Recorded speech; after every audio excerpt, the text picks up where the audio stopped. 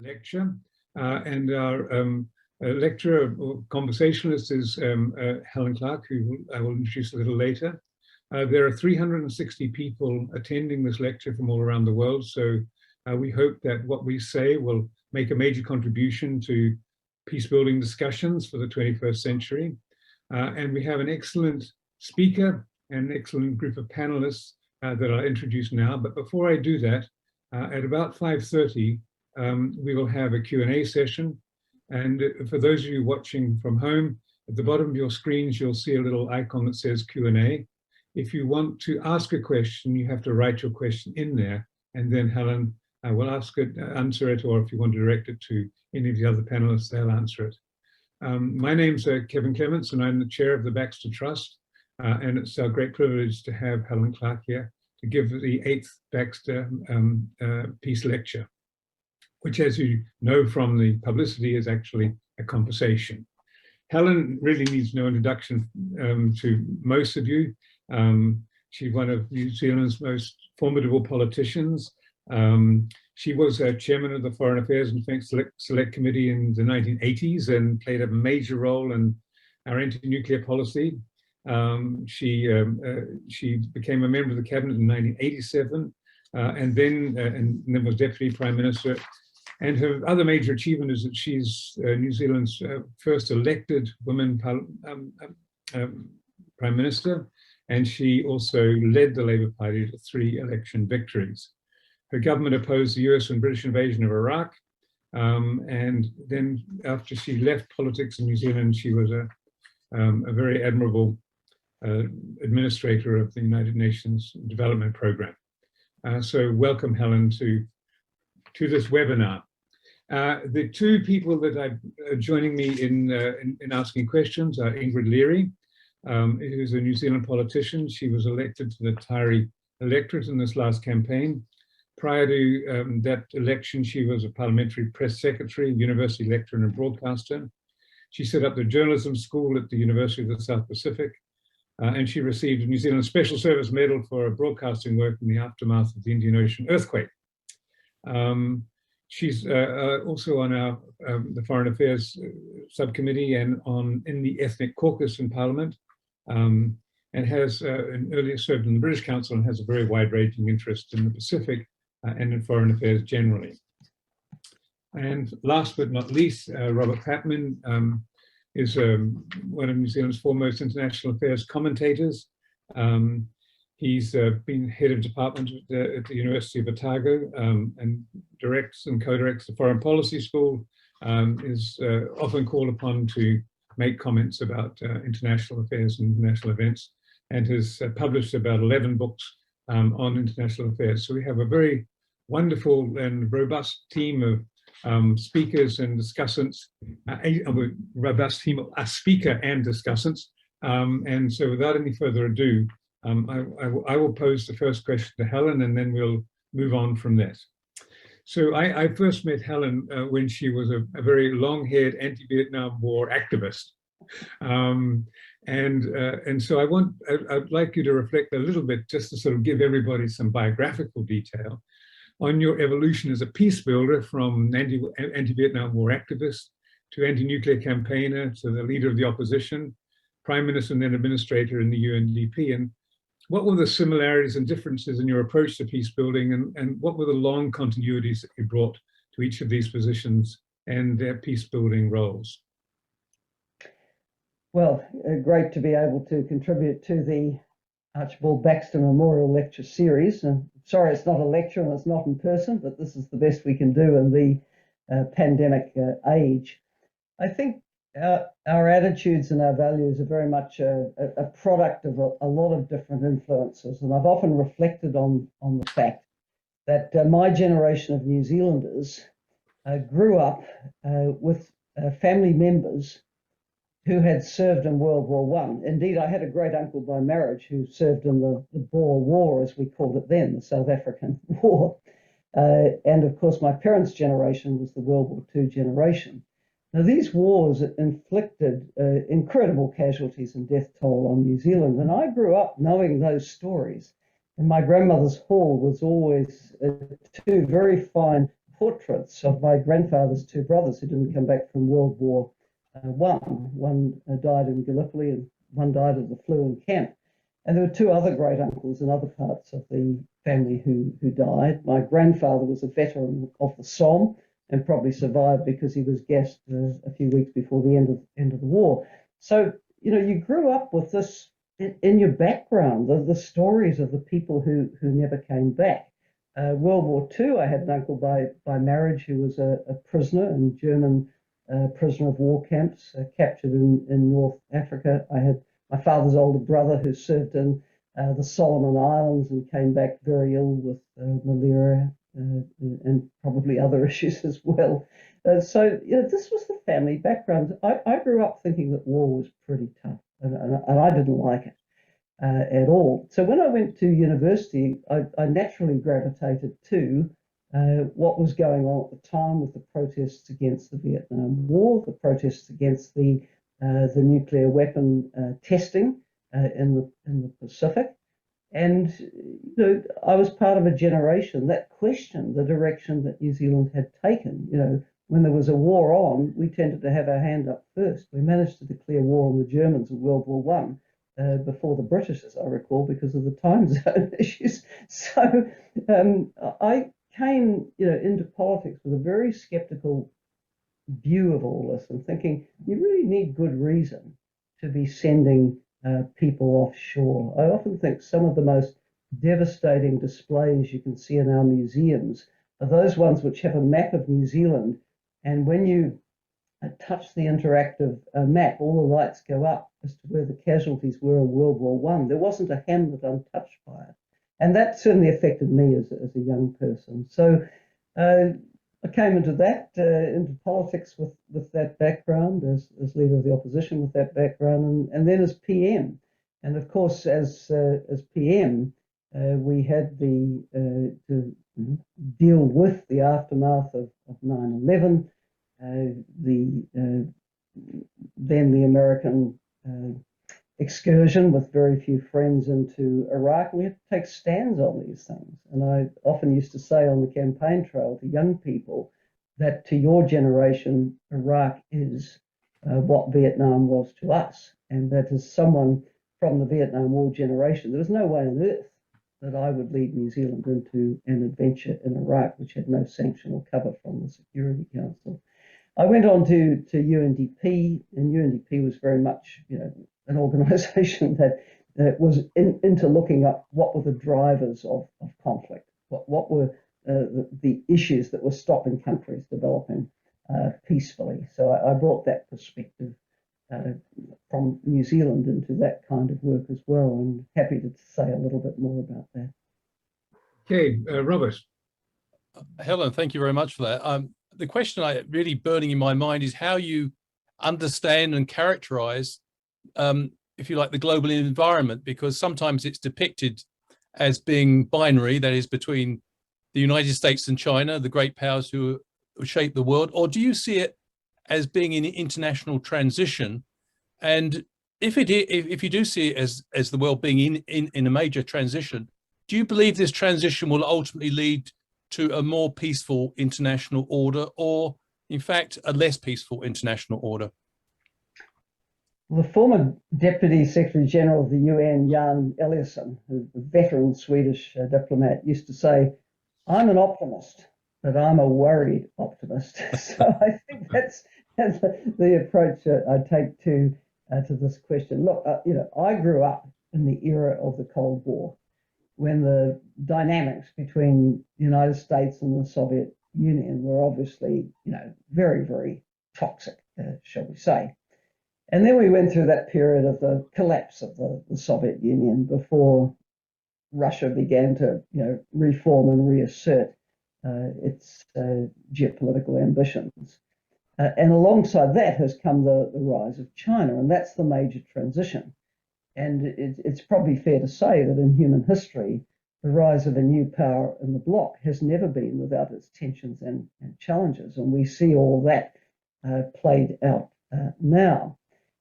And for us in New Zealand, look, we're not unique among countries. For most countries now, probably China is their biggest trading partner.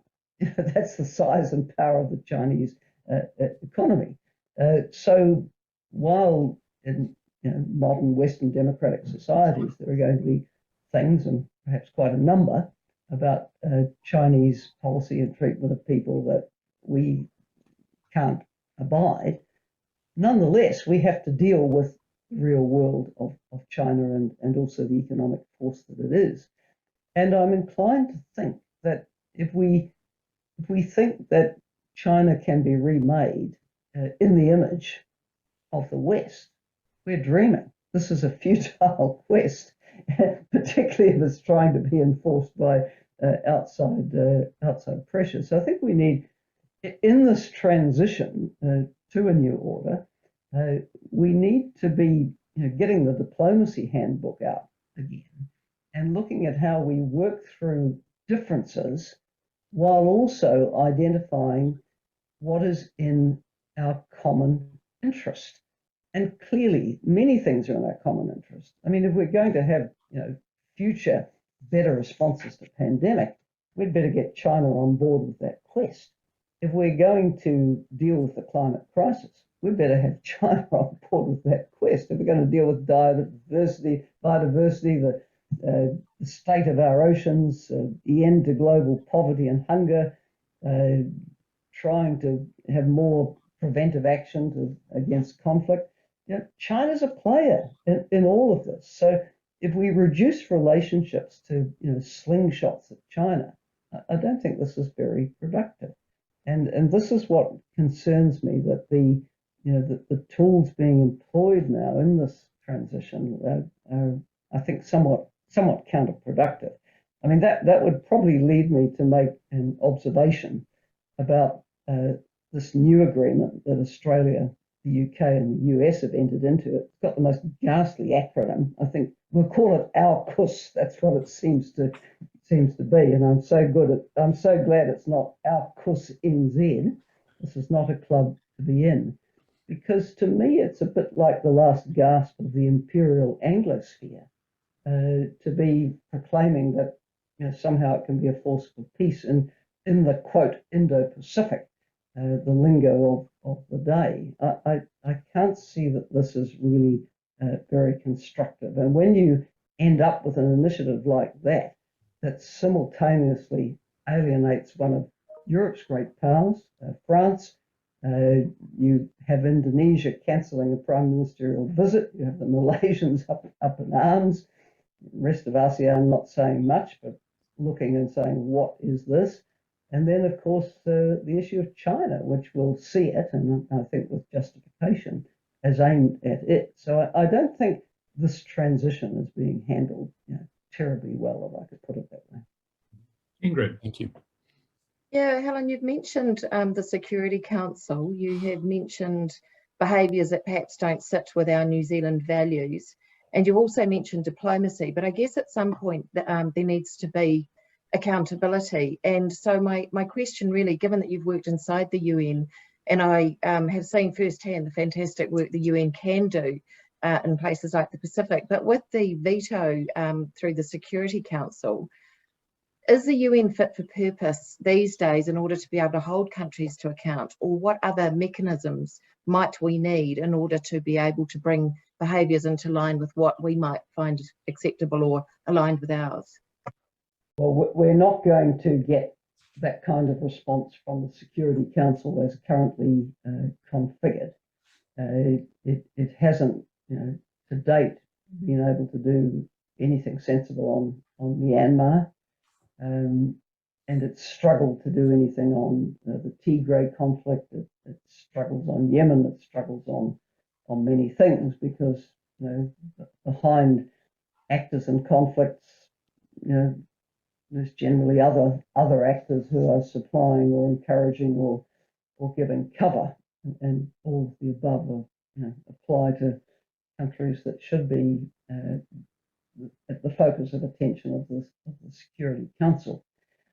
I put a lot of hope really in one of the UN's truly independent organisations, which is the Office of the High Commissioner for Human Rights, and the various mechanisms of the High Commissioner and also of the Human Rights Council, problematic as that is, to raise issues and expose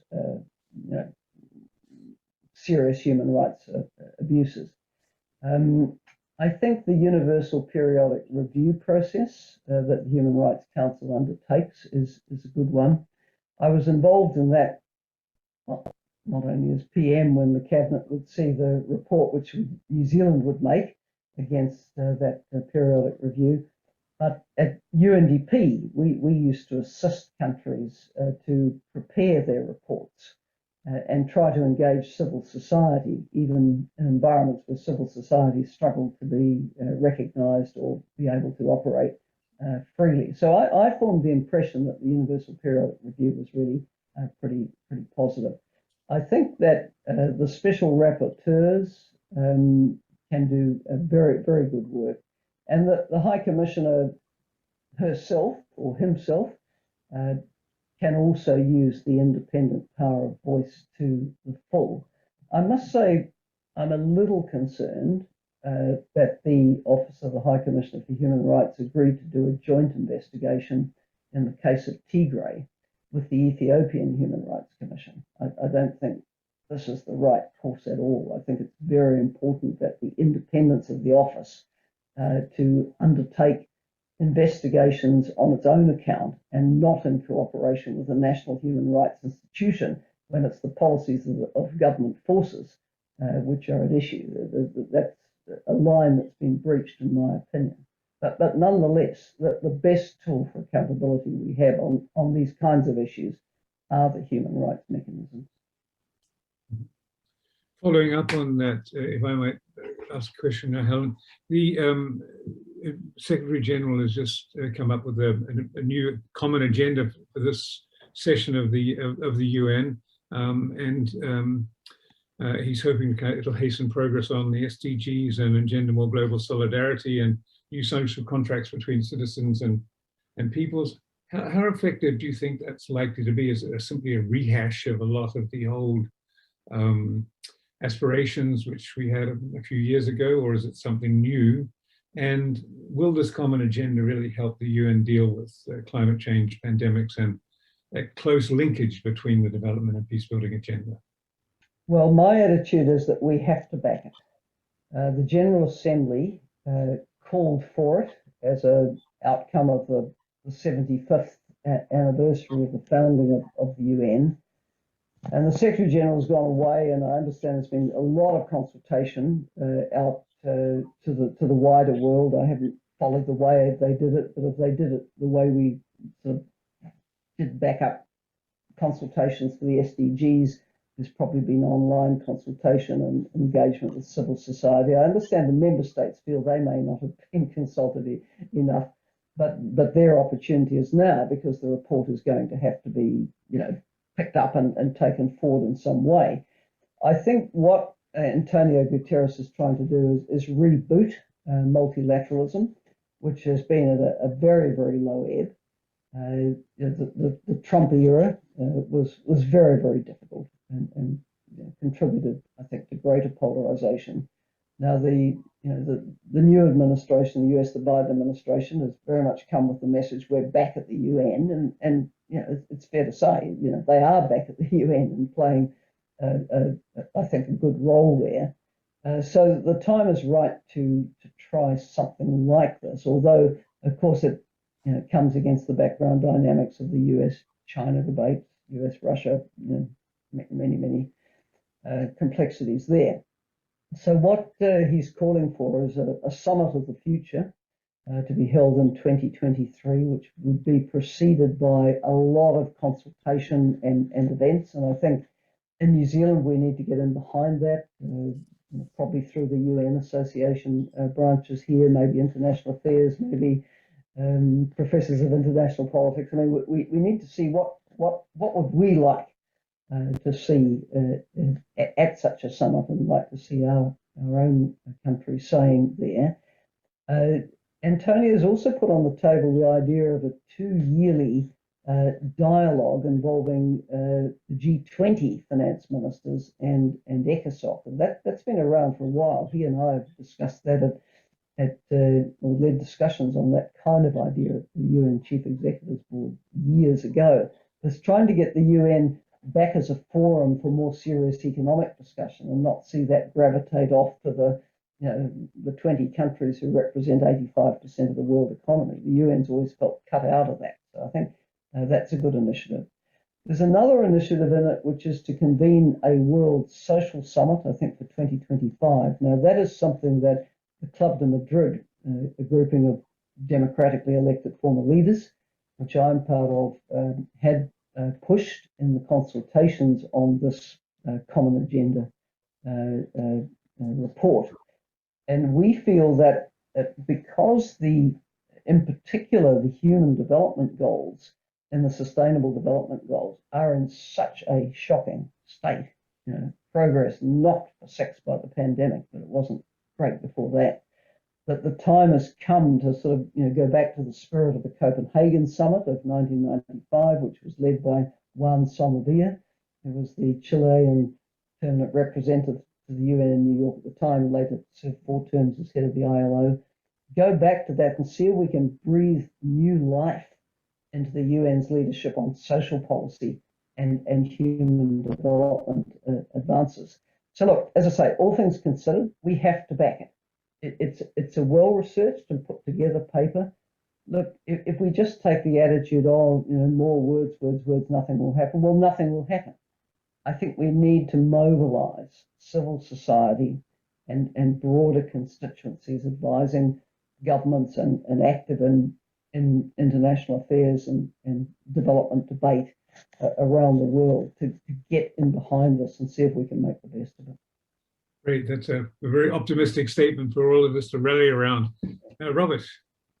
Helen, interested in your views on the UN Security Council, because I think many of us in New Zealand and elsewhere in the world are conscious that the UN is not fulfilling its role in peace building and in security matters generally, and the veto is a major problem because it often renders the UN Security Council dysfunctional. You mentioned Tigray, for example.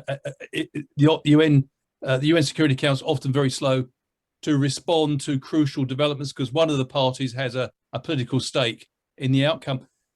Do you get a sense with your international travel and consultations that the members of the General Assembly are getting a little bit impatient with the use of the veto?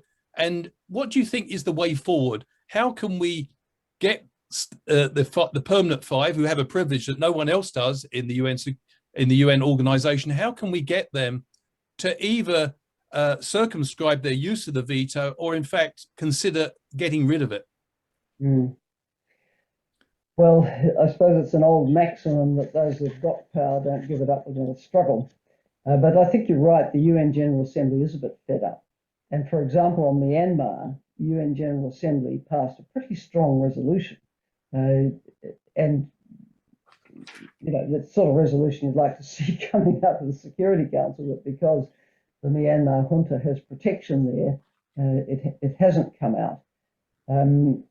It's also been difficult to get the Security Council to take the responsibility to protect principles seriously.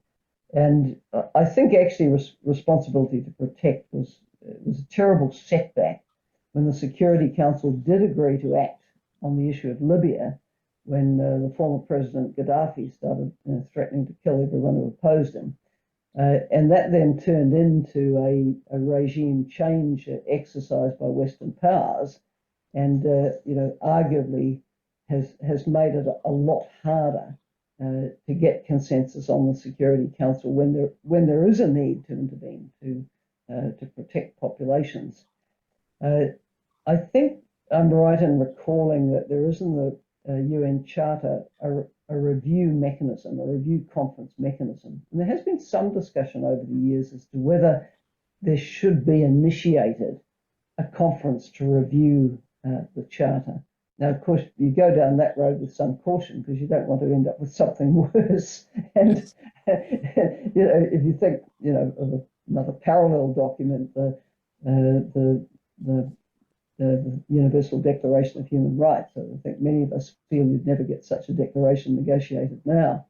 But it is worth considering whether a review conference to put the issues on the table of the obsolescence of the current Security Council structure would be a good idea.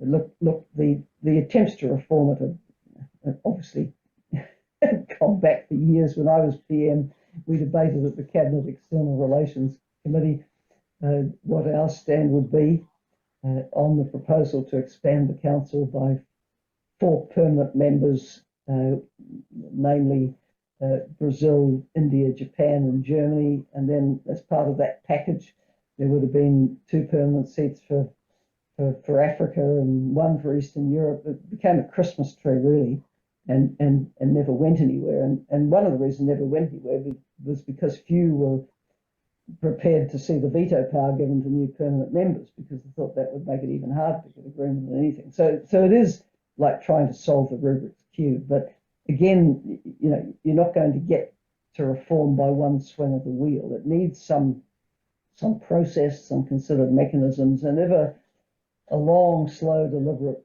build-up to a review conference on the Charter was the way to approach it. It would be worth taking those steps. It won't be quick. Meanwhile, as you say, that there's the proposal that comes up from time to time of would you get agreement on the Security Council to restrict the use of the veto in particular circumstances. And those circumstances obviously should be when confronted with genocide or something else constituting a very serious war crime or crime against humanity. And the French did initiate a process for consideration of use of such self-restraint. But again, that has foundered in recent years as well. But I think it's a noble endeavour to try to enforce that discipline on Security Council members.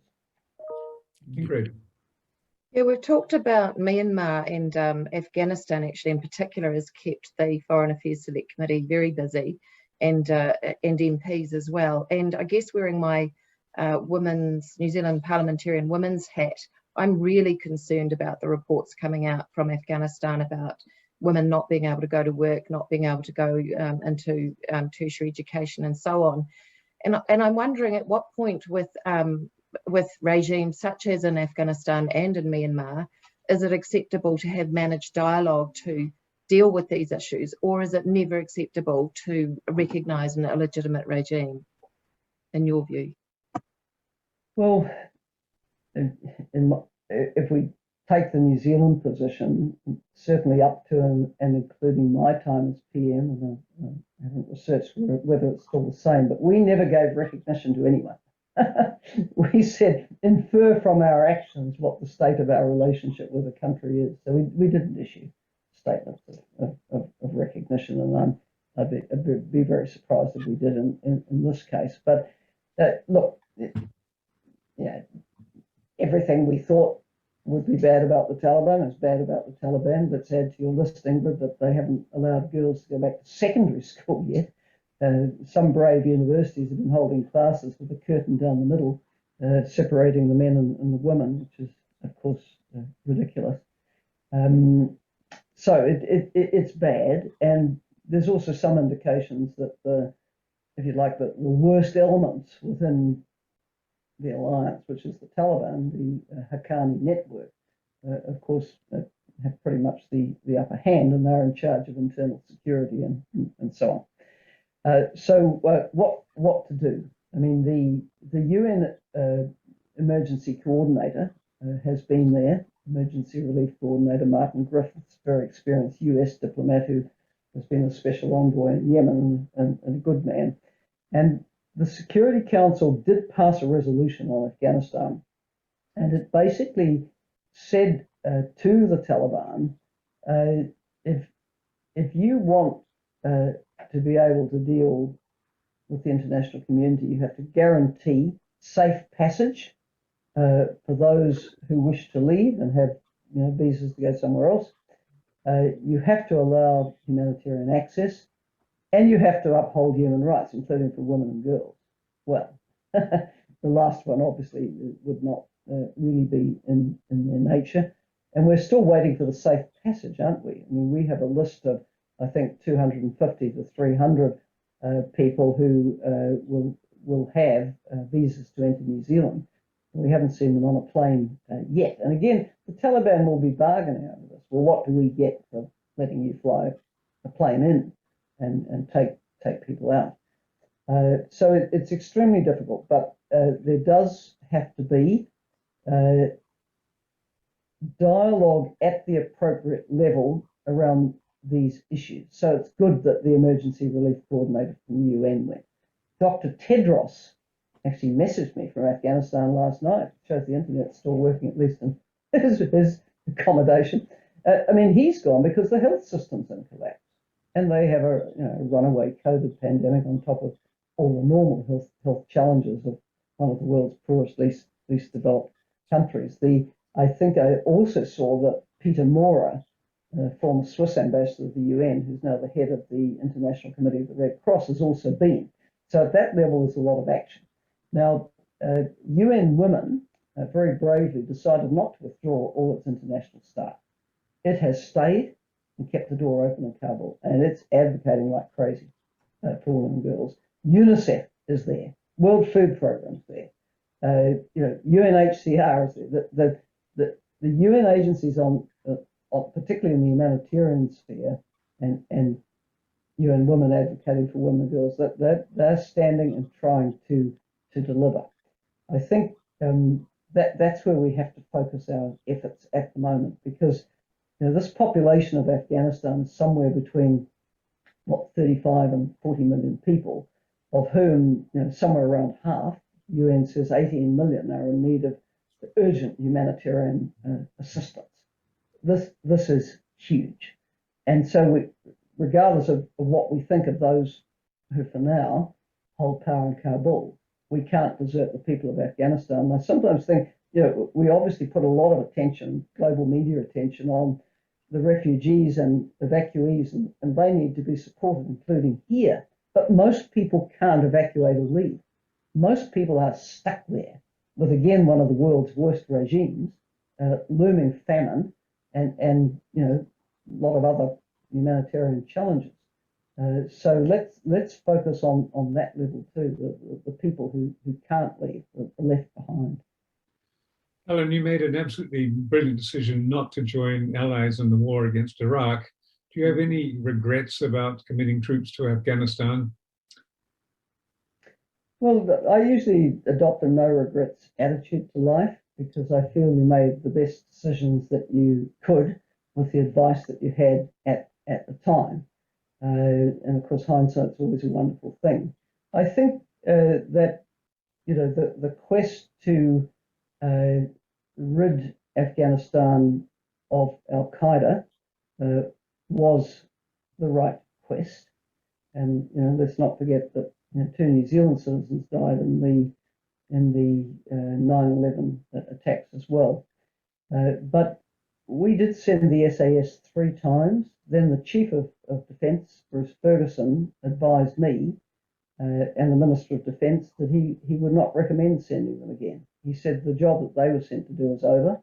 If you send them, you're wasting what we train the SAS for. They shouldn't be there as a police force. They should come home and get on with training for some other emergency. What we did agree to was a non-combat force in the Provincial Reconstruction Team, and I visited them in late 2003, not long after they'd gone. I mean, the mission of supporting the state to extend its authority might sound a bit amorphous, but was not unimportant. I did feel, watching from afar, like thousands of miles away after I left office, that the mission of New Zealand had changed a bit. But I don't really have much to say about that, because I can only take responsibility for what I did myself. I do have a view, though, on the disorderly departure, if you like, of foreign forces from Afghanistan. I think that the peace and stability of Afghanistan, a landlocked country with a history of significant internal instability and being pressured by major powers from far and near down through the millennia, that a fragile country like that, a failed state, as the Taliban left, and it's almost a miracle to graduate from failed state to fragile state, and they're back to failed state again. This is never going to settle in 20 years. And in a strange way, that quite small residual presence of foreign forces did enable some space for a government to try to govern at the central and regional and local level, and to slowly, painfully push forward on some of the major development challenges. And what we saw happen in August pulled the rug under all of that and took us back to where we were 20 years ago. And I think that's reprehensible. And I don't think it need have ended that way. But again, if we replay the record, once the Taliban had lost power, the US attention to Afghanistan did wane rather quickly. By April 2002, the US was consulting the UK on the invasion of Iraq. There's some evidence, and this has been well reported in the New York Times, that the Taliban defeated, but never went away, because they go home to the village basically, did seek inclusion in the lawyer jirga that was held in 2002. Hamid Karzai is said to have wanted that. The US didn't want it. So they were excluded. And what we know is if you exclude, you have hostages to the future of problems. So the Taliban never went away. The US attention was diverted. There wasn't a serious enough investment in sustained development. And having been into just 2.5 years ago off the beaten track in the west of Afghanistan, I have to say that it's all very well for the West to say it spent trillions in Afghanistan. It didn't spend it on human development. There's people living there in circumstances that have barely changed in centuries.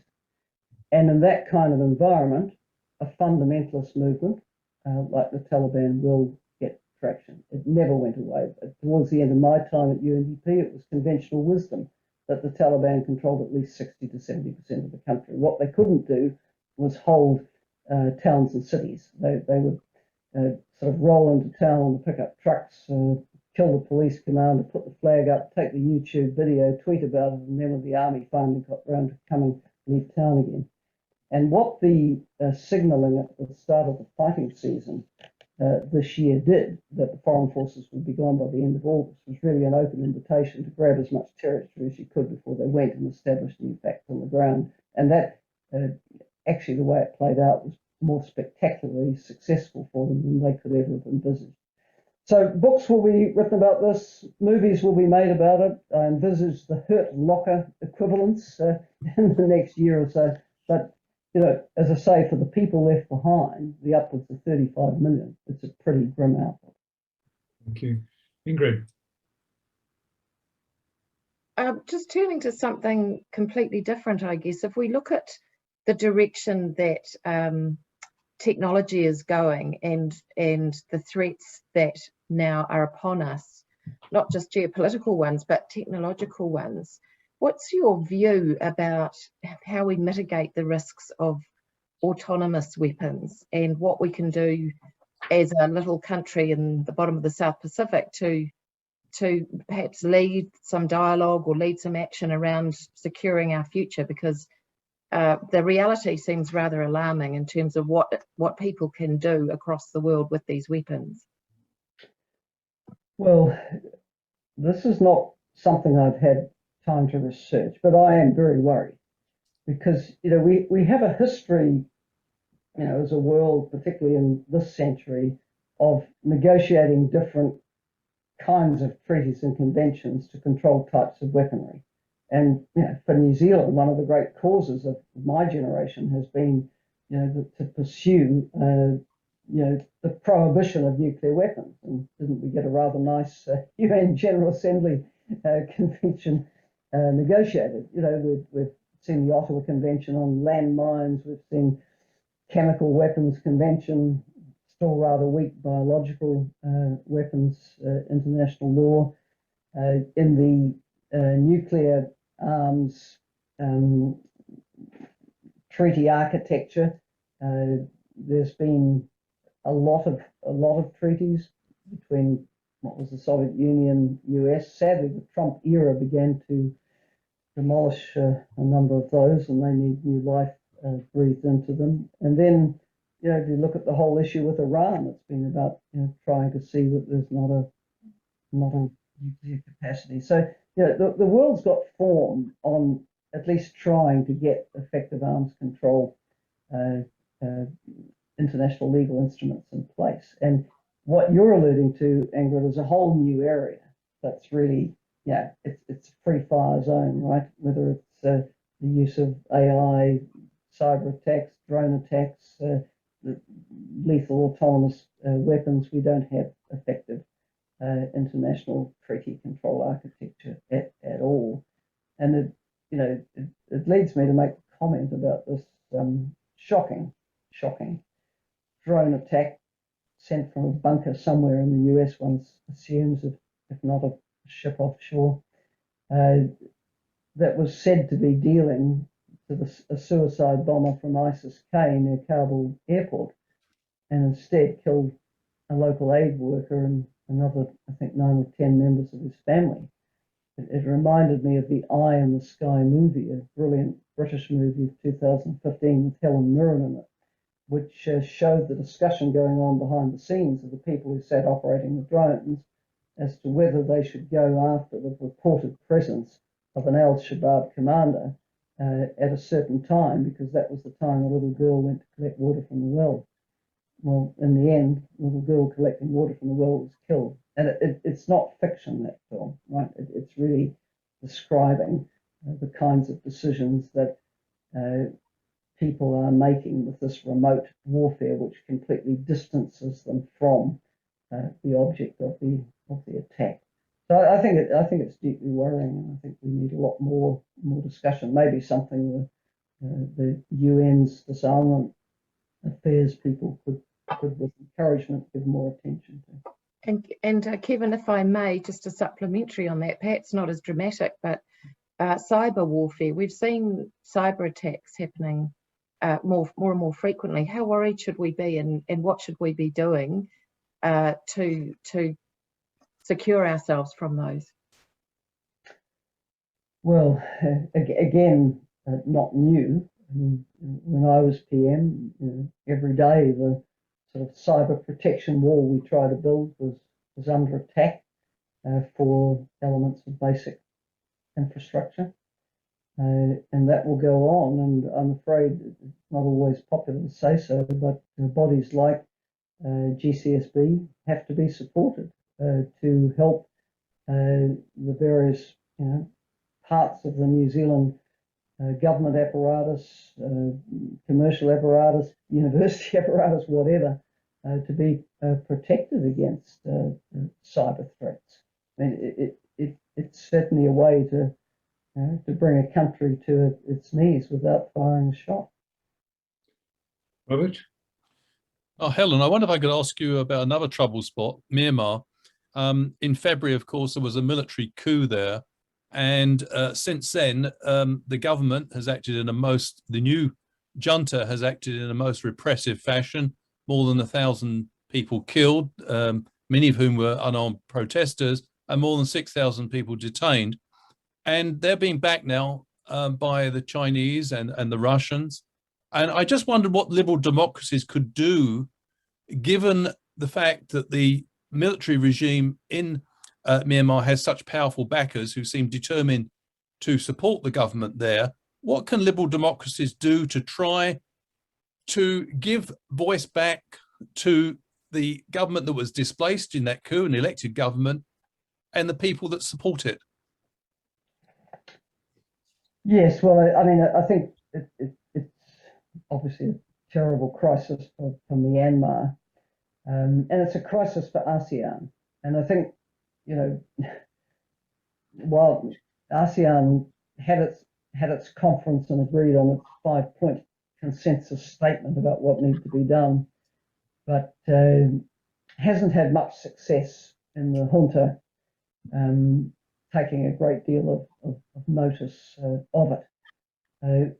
We also need to back the office of the Special Envoy of the UN. That the person who holds that office is due to change pretty soon, and we await news as to who it is. There's a range of rumours, but listening to the debate about how this might play out, there is a view, and I think this is right, that something will change when the US and China get further on the same page with respect to Myanmar. And I don't think we should assume that China's necessarily that happy about what's happened.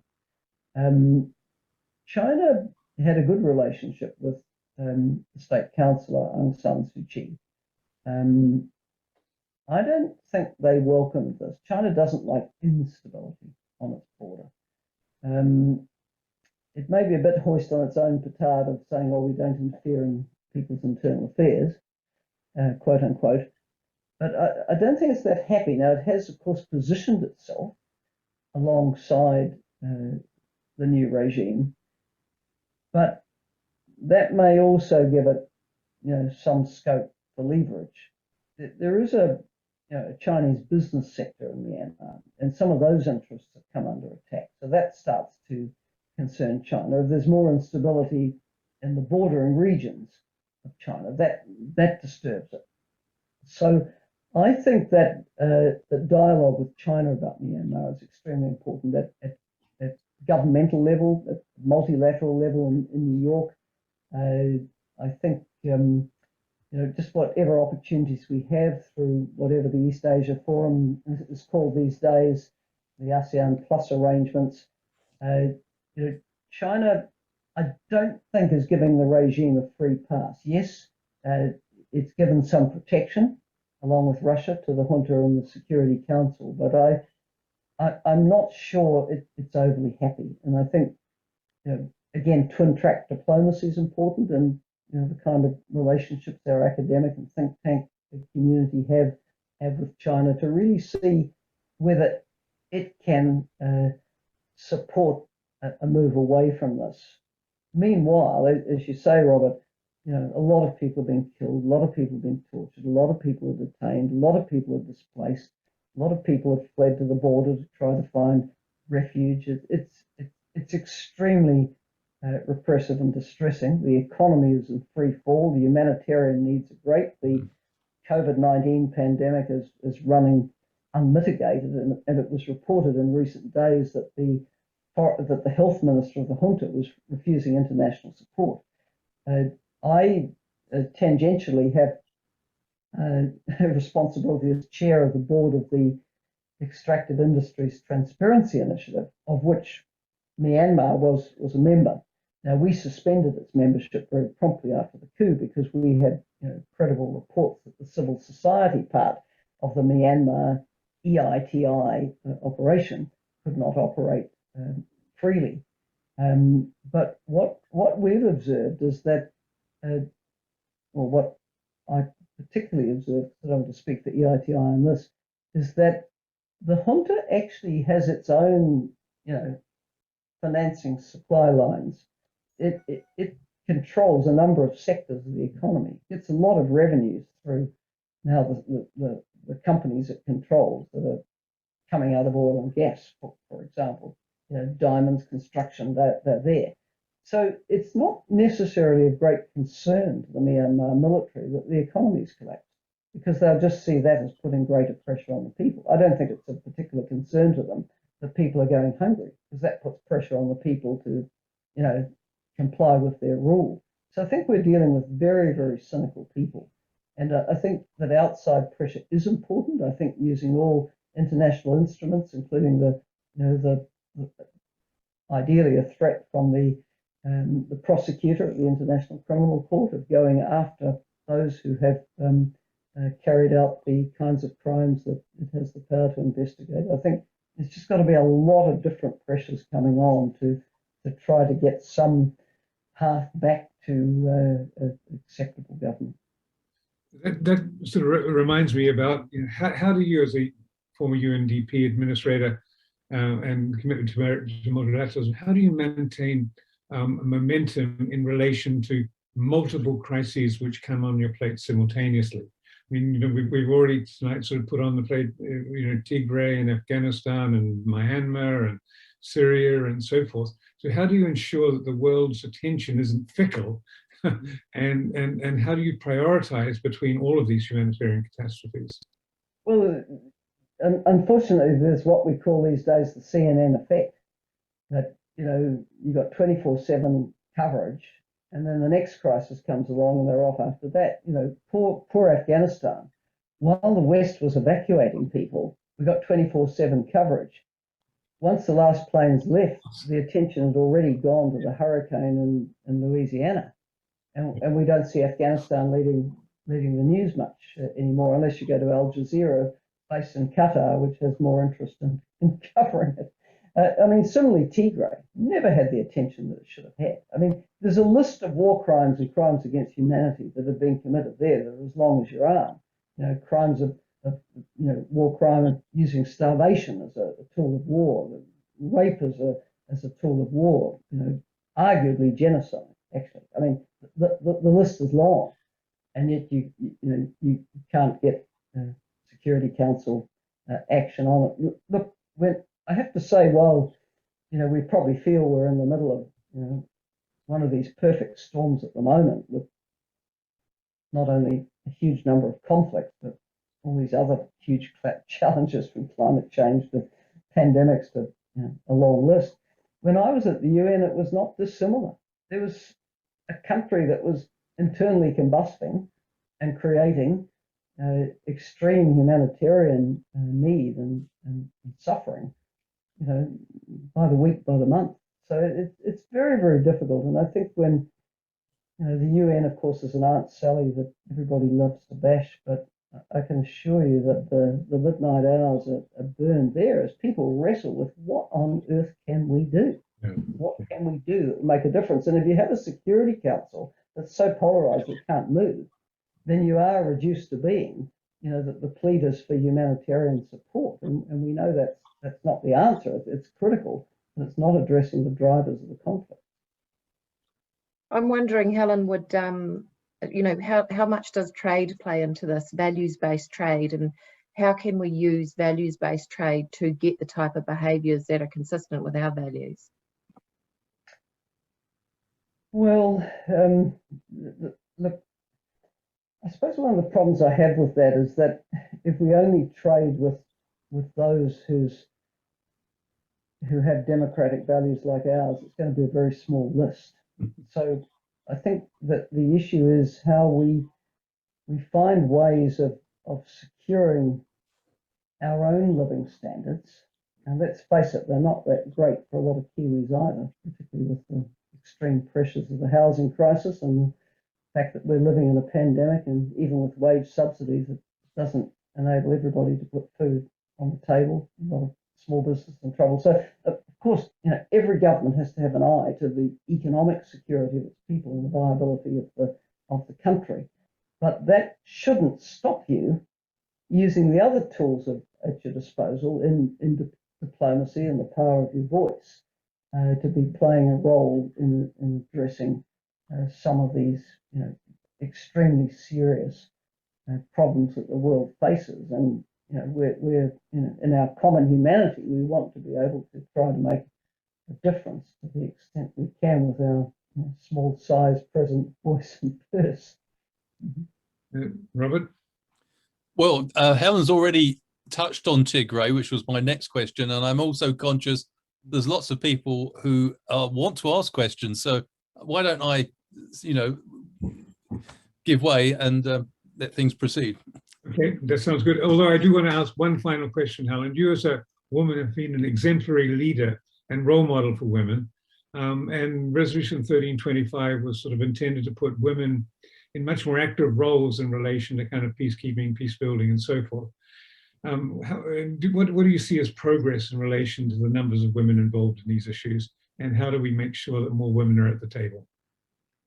Well, I think if you were really cynical, you'd say the main progress was getting the Security Council resolution passed, and then it has been sort of augmented with subsequent resolutions. But a lot of people are very critical of what's come of it, and certainly it hasn't led to any greater protection of women in war zones.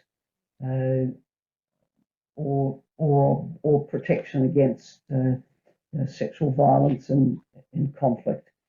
There are those who say, and I think they're right, that the resolution really didn't particularly understand the structural issues of gender inequality. So you can't just kind of add on, oh, we'll have women at the table.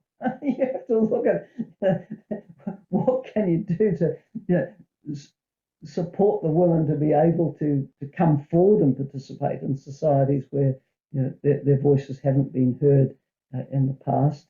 The resolution also, of course, lacks enforcement. There was a debate on these issues in the Security Council earlier in the year, and the Under-Secretary General, who's the special representative of the Secretary General on sexual violence and conflict, spoke and invoked Resolution 1325 and said, what is the use of it if the UN isn't prepared to act in the face of the horrible evidence from Tigray of the rape of women? So yeah, I think it's all very well to pass a resolution, but then you have to see it driven to make a real difference to people's lives, and we're not seeing that. And I must say, when you see the sometimes coverage of teams of negotiators, I mean, how many women did you see on the Taliban side of Doha? Well, the answer's obvious, isn't it? If you think of the Havana talks between the Colombian government and the FARC, well, no women. So the women are still kind of left, lucky to get into the second or third row, or really left very much in auxiliary roles and no role at all of the question of the Taliban. So to date, not a great success, it would be my opinion, but we live in hope that some real effort might be put into it. Great. Well, we have a large number of different questions coming up here. So I'll just sort of start them off, and then you can roll through them. Kia Helen, I'm interested in our Prime Minister's actions. My question is, what was it like to be Prime Minister during the major upheaval of the Iraq War?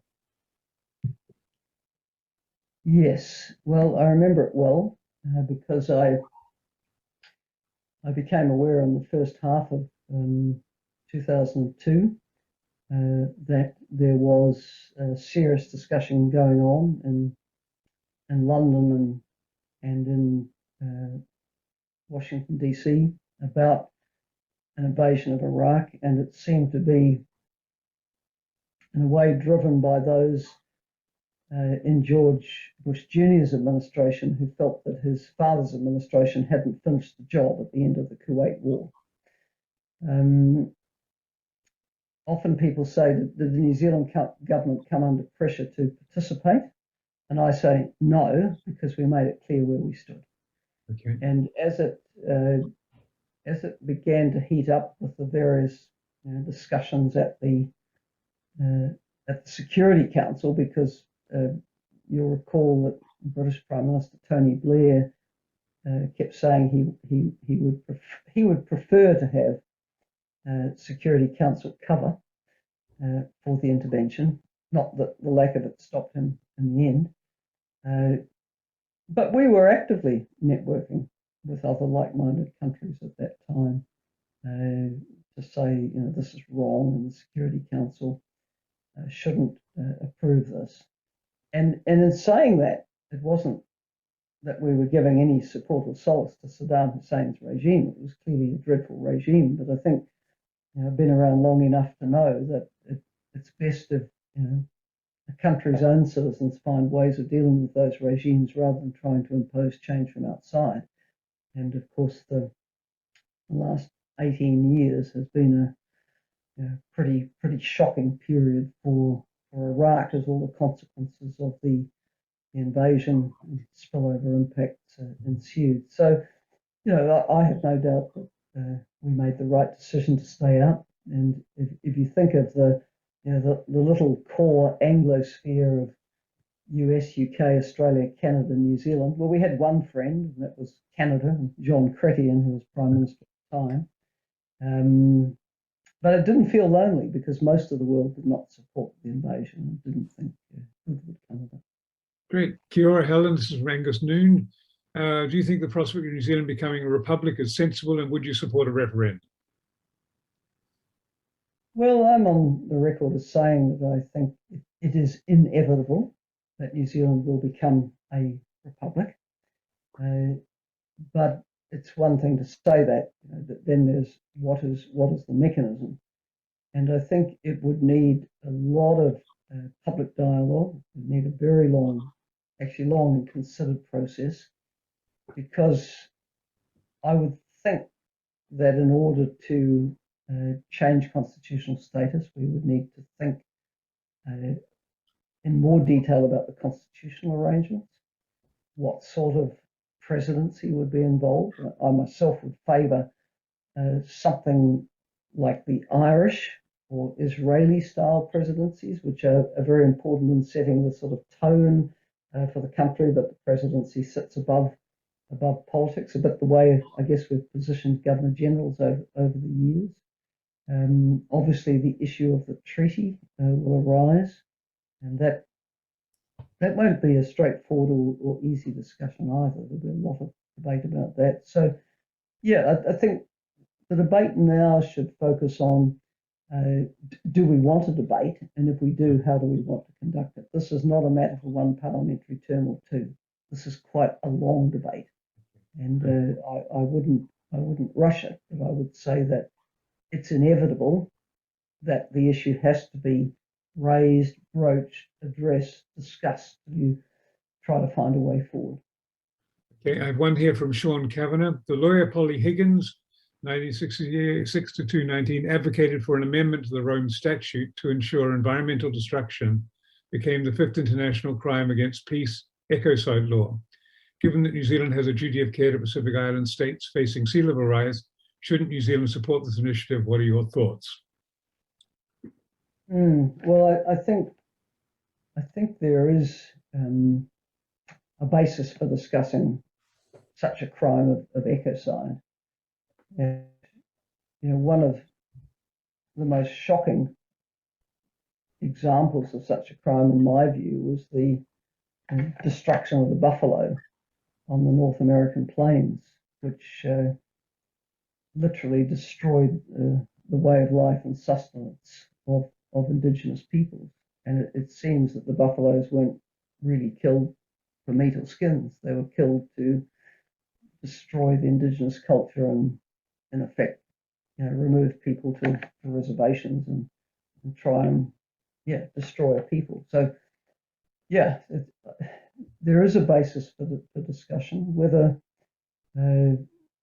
one would want to take it as far as the direction suggested in the question, I don't know. I mean, what we do know with the climate change challenge is that those who've done the least to cause the crisis carry the biggest burden from it, whether it's low-lying atolls or the arid lands from the Horn of Africa and the Sahel, and so on. I mean, I suppose the issue in my mind is it constructive to criminalise what causes this, or should we really focus on the mitigation and the adaptation, which could make a difference for people in the near and medium term. Andrew Hammond says, Kia ora, Helen, what do you think is going to be the greatest challenge for my generation in influencing global politics? Thanks, Kenzie, age 17. Well, I think the greatest challenge is going to be with the next generation across regions, great powers, small powers, can find a way of really pursuing an agenda like the one the Secretary General set out to build a common future rather than pitting us against each other. So will we find a solution to the climate crisis? We haven't found it yet. We have the Paris Agreement, which is more observed in the breach, as it were. When you have an agreement that everyone signs up to that says the aspiration is to keep global warming under 1.5 degrees above pre-industrial levels, and then the world's nations collectively commit to do things which add up to a path towards 3.2 degrees global warming. This is farcical. Can we find it within us as an international community to take the steps we need to take to stop another pandemic? We could make this the last pandemic, but not if we approach the next one like this one. So we've got these big existential challenges, and the issue is whether the common cause can be found across the geopolitical divides, or could we actually diminish the geopolitical divides to deal with these issues responsibly. After all, the reason for multilateralism is to address problems which are too large for any one nation state to address on its own. And we've got plenty of those challenges, but we're not rising to the challenge of addressing them. So that's the big challenge I see for the generation that's 17 today. Okay. Here's one. We're living amidst severe polarization, a battle between democracy versus authoritarianism, nationalism versus globalism. Are you concerned about the possible rise of racism, xenophobia, and far-right extremism as New Zealand society deals with recent terrorist attacks? Well, I mean, the mosque murders confronted us with that possibility, where we had a white xenophobic nationalist, as it were, deciding he would go out and kill people who were different from him. So there is that risk. A relatively tolerant country like Norway had its horrific murderer who killed young people associated with the ruling party. So yes, it's a risk, and it's a risk we should confront.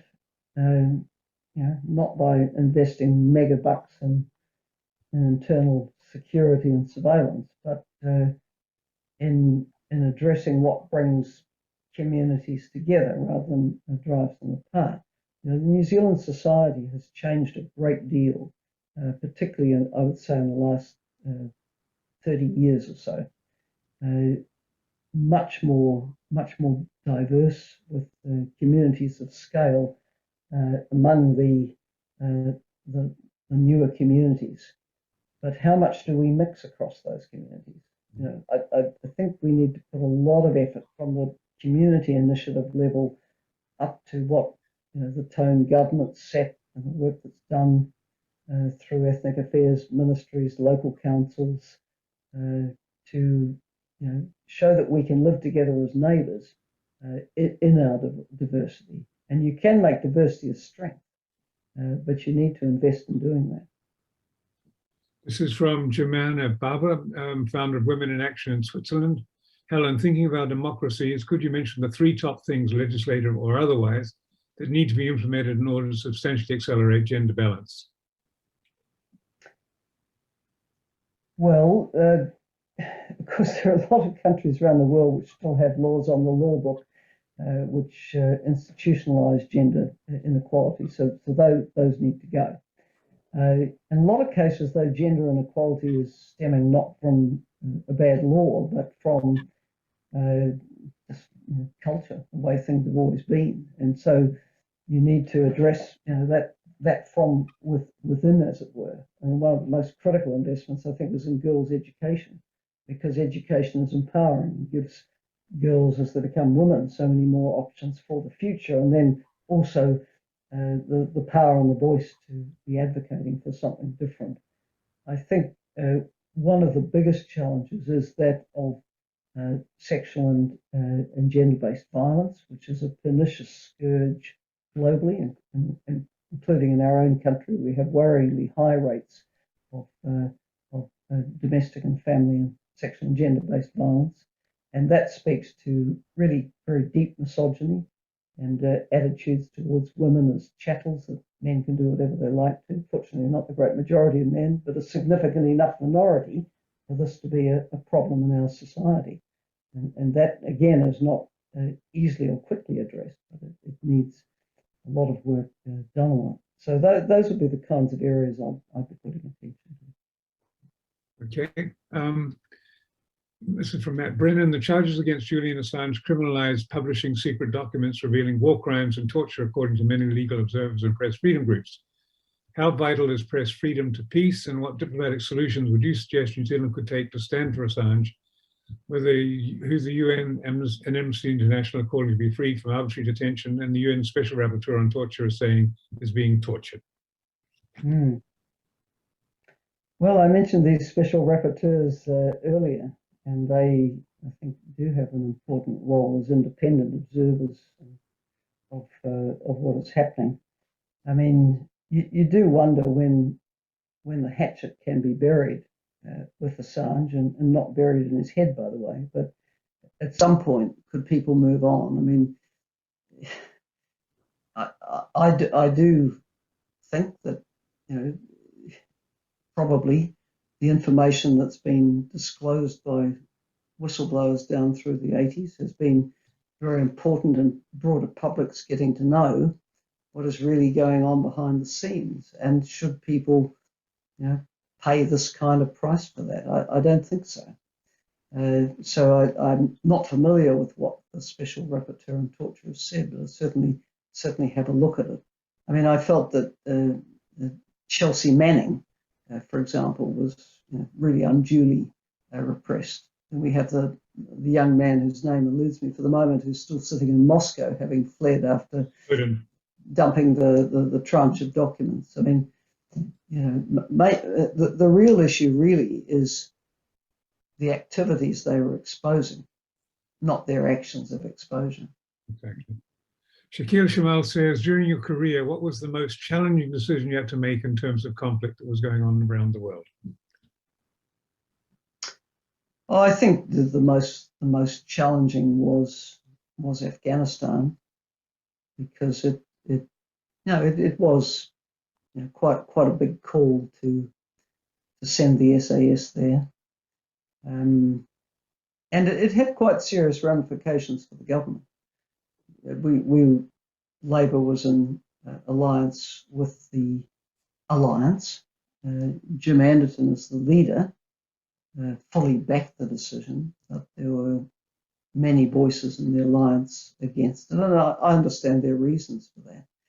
And it did lead to the disintegration of the alliance, which then had a follow-on effect of calling an earlier election than there otherwise would have been, because you didn't know, you know, really how much further that disintegration could go and what it would do to the government majority in Parliament.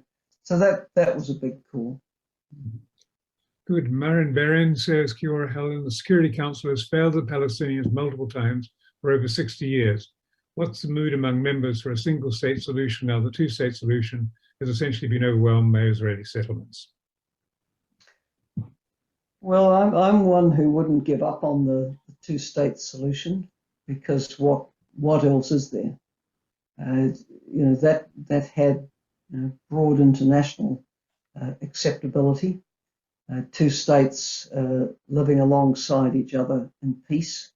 Of course, it's been, you know, desperately hurt by the ongoing expansion of settlements. But I don't see the alternative. And I think that, you know, it would be nice if the Biden administration had another crack at this early on.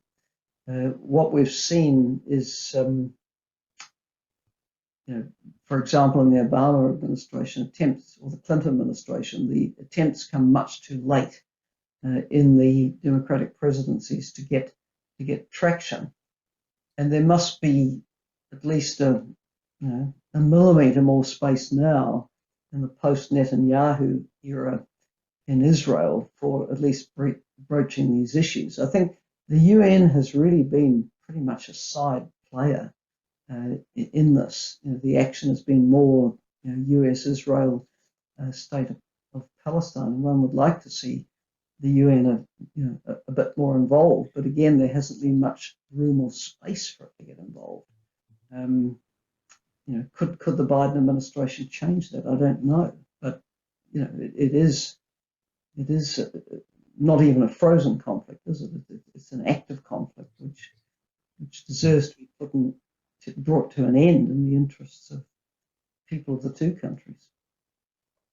Bridget Chris from Pax Christianity Aroa says, question related to high sea fishing. What are your thoughts of human slavery on the high seas, that is, conditions aboard fishing vessels that permanently stay in international waters? How do we address the issue both nationally and internationally? Well, short answer, I don't know. I mean, obviously it's shocking. And I've no doubt that you could describe some of the conditions as modern slavery, as the question says. I suppose the issue is, where are these boats flagged? What are the international human rights obligations and ILO convention obligations of the countries which flag these ships, and to try to focus attention back on that. I can say, Kevin, that we have some legislation that's just passed its first reading in the House around marine powers, which addresses a lot of these questions. And it's tricky because there's human rights elements, there's elements around boarding vessels without warrants and so on. But I think there is a really strong case for strengthening New Zealand's ability to be able to do exactly that, as particularly in terms of our kaitiakitanga of the Pacific and the way we work with our Pacific neighbours. Yeah. Thank you. Jeff Walker says, good morning from Gulu. How do you see the inevitable rise of Africa? I see here the West losing influence as others take a more influential role through covert political actions such as training regime leaders.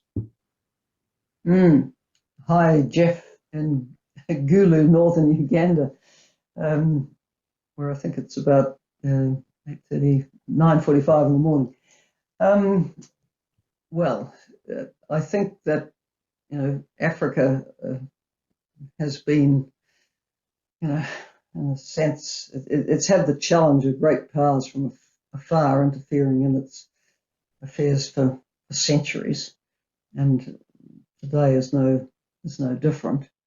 But I think there's also some skepticism among African leaders, or many African leaders, as to whether they want one form of colonialism to replace another. I think the important thing is to support African institutions, the role of the African Union and its different mechanisms, the sub-regional institutions.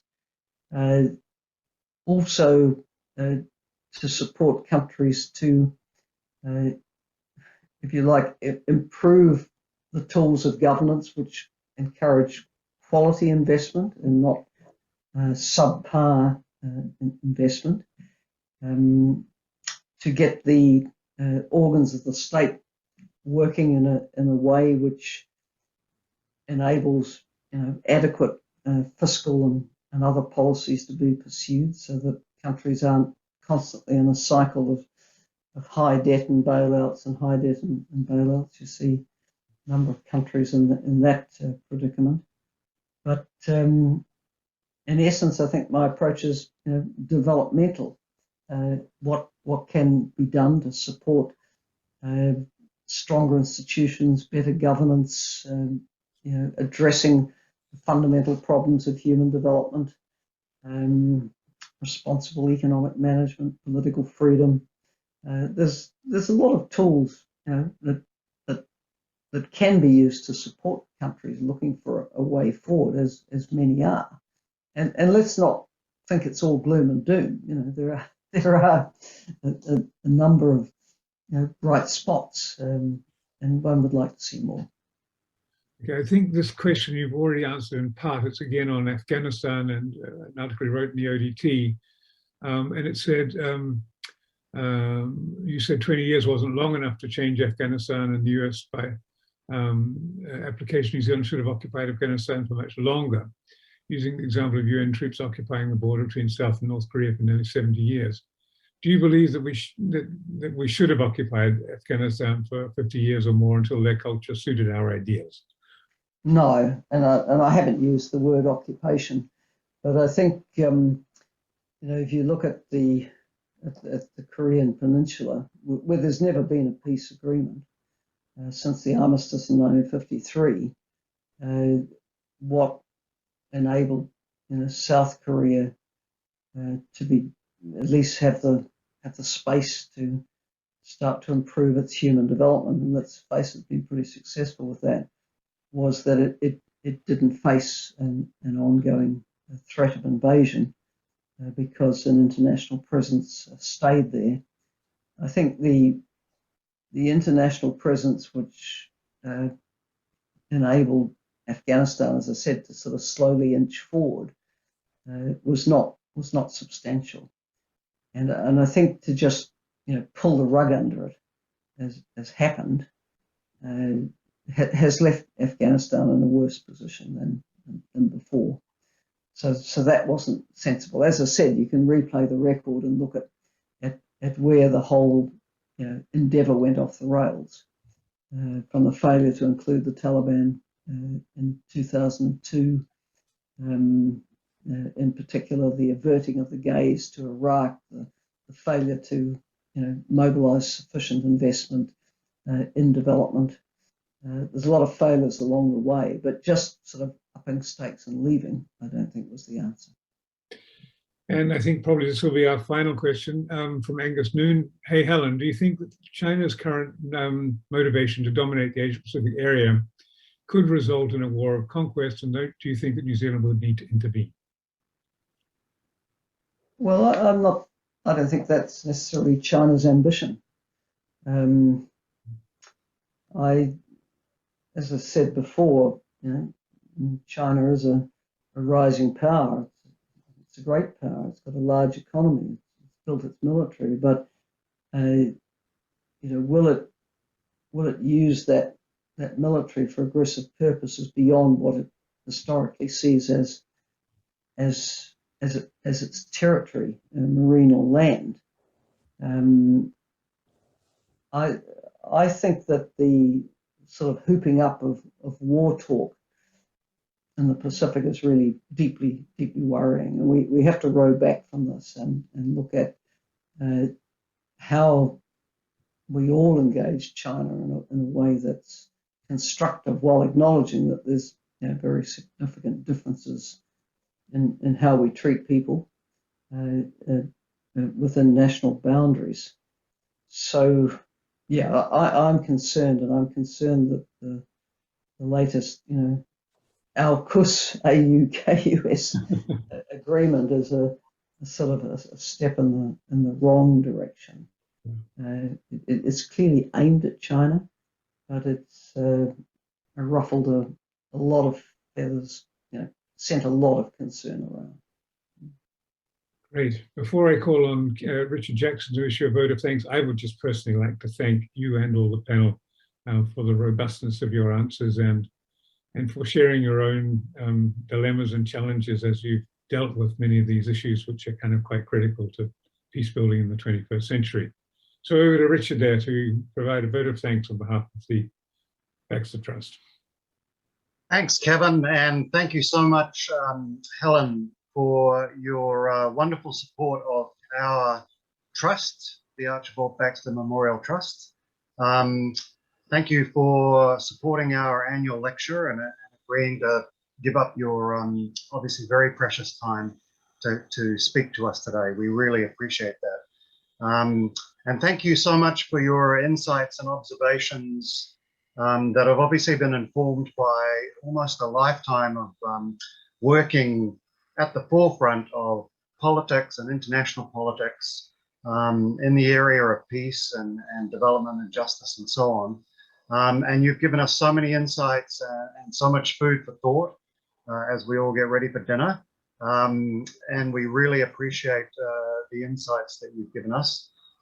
We also thank you for your evident and tireless commitment to peace and justice and progress around the world. It's obvious that you've committed your life to this, and you know, we appreciate that and we stand with you on that.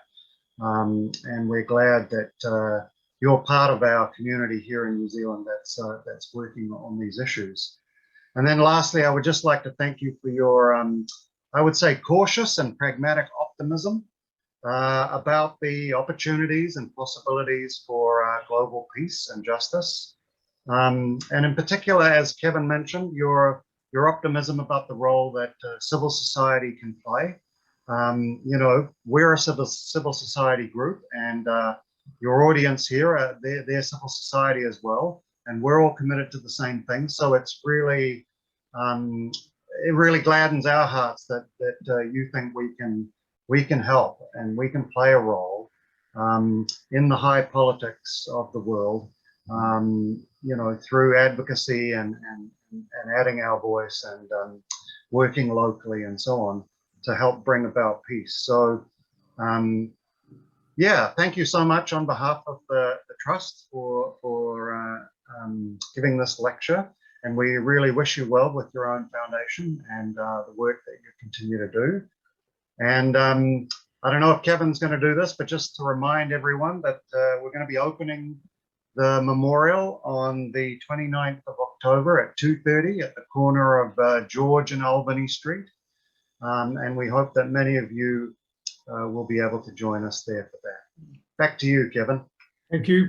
And on behalf of the Trust and everybody else, I'd like to thank the 360 of you who have joined in on this webinar. I'm sorry that we haven't been able to address all of your questions, but you're able to see this again, and hopefully some of what Helen and Ingrid and Robert have said will kind of stimulate a thought on your part. But more importantly, I hope, as Rich has mentioned, I hope that this webinar has stimulated all of us to kind of increase our efforts to make sure that we ensure that Aotearoa New Zealand is a just and peaceful place, and our part of the world is just and peaceful, and that we really do grapple with all of the big issues that are on the table in multilateral, cooperative and peaceable ways.